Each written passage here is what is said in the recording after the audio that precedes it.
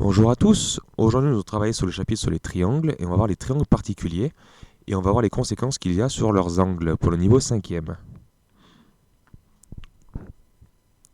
Alors on va faire un premier rappel, on va voir le premier type de triangle. Un triangle isocèle, d'abord, c'est un triangle qui a deux côtés de même mesure. Donc ça c'est la définition qu'on vous a donnée en classe de 6e. Donc on a un triangle ici isocèle, on dit qu'il est isocèle donc en C, car les deux côtés qui sont égaux c'est CA et qui est égal à CB. On a les petits codages qui le disent. On a le segment AB qui s'appelle la base du triangle isocèle. Alors ça va nous servir pour la conséquence qui est ici. Donc vous pouvez mesurer la mesure de l'angle A et la mesure de l'angle B, et bien ils seront égaux. Donc un triangle isocèle a ses angles à la base égaux. Les deux angles à la base, donc comme c'est AB, donc l'angle A et l'angle B sont égaux. On peut dire que l'angle CAB est égal à l'angle CBA. Alors on va faire un exemple. On a un autre triangle ici que j'ai fait un petit peu coucher exprès pour ne pas penser que le sommet est toujours vers le haut. On a le triangle EFG, il est isocèle en E. Donc les angles à la base sont égaux, c'est-à-dire que les deux angles bleus sont égaux, l'angle G et l'angle F. Alors ensuite, on va voir ce que c'est qu'un triangle équilatéral. C'est un triangle qui a ses trois côtés de même mesure. Donc ici, il a les trois côtés de même mesure. Donc il n'y a pas de souci. Et on peut voir que cette fois, dans un triangle équilatéral, il a tous ses angles égaux. Les trois angles sont égaux.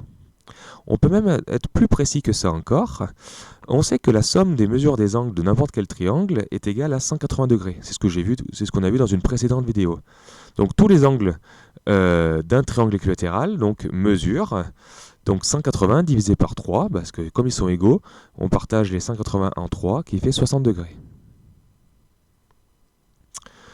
Donc tous les angles dans un triangle équilatéral fait 60 degrés. Si jamais vous avez un triangle équilatéral et que vous ne trouvez pas 60 degrés, c'est qu'il y a un souci à quelque part. Maintenant, on va voir un triangle rectangle. Un triangle rectangle, c'est un triangle qui a un angle droit, c'est-à-dire un angle qui fait déjà 90 degrés. Donc ici, j'ai un triangle rectangle, donc le triangle DEF est bien rectangle en E. On dit bien en E parce que c'est là qu'il y a l'angle droit. La somme des deux autres angles, du coup, l'angle D et l'angle F, ça fait donc 90 degrés. Parce que comme on sait déjà qu'il y en a un qui fait 90 degrés, les deux autres, ils doivent faire 90 degrés pour arriver à 180. Comme on a vu que la somme des mesures des angles fait 180 degrés. Donc on a également un triangle rectangle isocèle. C'est un triangle qui est un rectangle et isocèle en même temps, qui a deux côtés de même longueur. Donc c'est aussi un cas particulier. Comme il est rectangle et isocèle en A, ces deux angles à la base sont égaux. Les deux angles, l'angle B et l'angle C, font 90. Et vu qu'ils sont égaux, ils mesurent donc tous les deux 45 degrés. Donc là, c'est quelque chose de fixe. Un triangle rectangle isocèle a toujours deux angles qui font 45 degrés et un angle qui fait 90 degrés.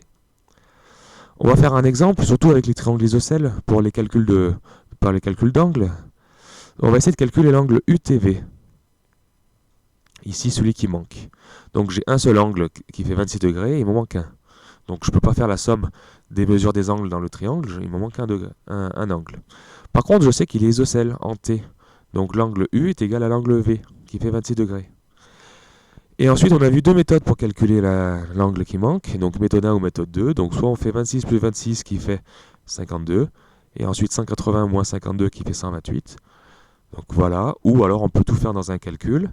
180 moins 26 plus 26, qui fait le même résultat. Ou si on va être encore plus astucieux, on va faire une multiplication. 180 moins 26 fois 2, donc qui rend prioritaire la multiplication. Et on trouve bien 128. Voilà trois façons de faire, mais vous faites ce que vous voulez. Le tout, c'est de trouver 128. Et un dernier exemple, un peu plus compliqué, on va essayer de calculer deux angles. Donc j'ai toujours un triangle isocèle, il est isocèle en P. Donc en fait, les deux angles que je cherche, ils sont égaux, c'est les mêmes. Donc je vais d'abord faire 180 moins 104, c'est le seul angle que j'ai, qui fait 76. Et ensuite, ce 76 degrés, il faut que je les partage entre les deux angles. Donc je vais faire 76 divisé par 2, qui fait 38. On aurait pu faire tout ça dans un même calcul. 180 moins 104, entre parenthèses, ne pas oublier la parenthèse, divisé par 2, qui fait 38. Donc les deux angles mesurent 38 degrés.